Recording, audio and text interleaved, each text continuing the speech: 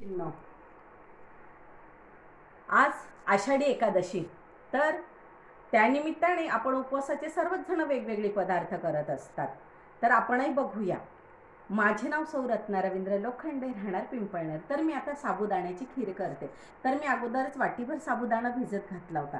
त्याच्यानंतर गरम पाणी घेतलं आणि तो भिजलेला साबुदाणा मी ह्याच्यात टाकलाय.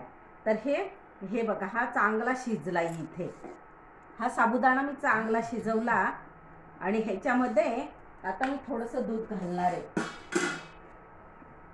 हे बघा, मी आता ह्याच्यात दूध टाकते.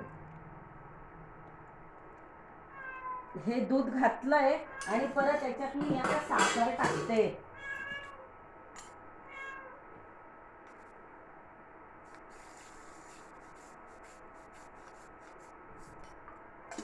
आणि हे चांगलं घोटणार आहे आणि याला उकळी आली की मी याच्यात थोडीशी ड्रायफ्रुट्स टाकणार आहे.